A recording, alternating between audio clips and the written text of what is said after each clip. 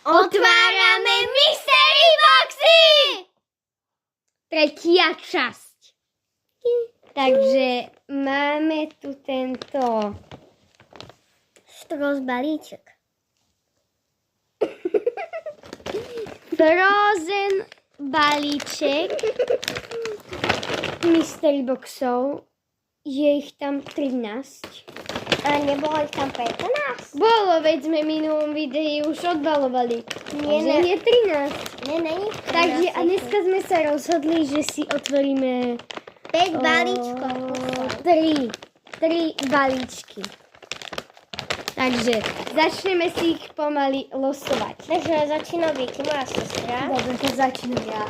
Neviem, ale myslím, vážne, že toto je dobrý. Losuješ.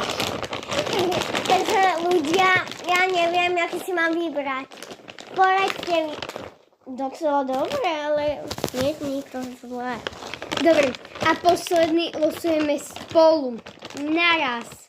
Naraz, ktorý Takže, bude ideme 3, 4. Počkaj, musíme ho naraz chytiť.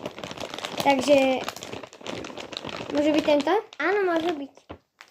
Takže Oh máme my taký. god, ten je úplne Dobre. zahrkavý. A teraz budeme naraz otvárať. Takže otvoríme ich naraz.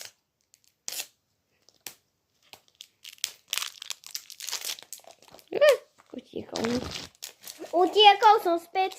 Takže, prvý balíček. Čo to máme? To je asi držiak, alebo teda taký jak držiak na ceruzku, že si to dáte na ceruzku. Ideme na ďalšiu vec. Počkaj na mňa. Čakám. A druhý balíček je také jak razítko. To je takéto razítko.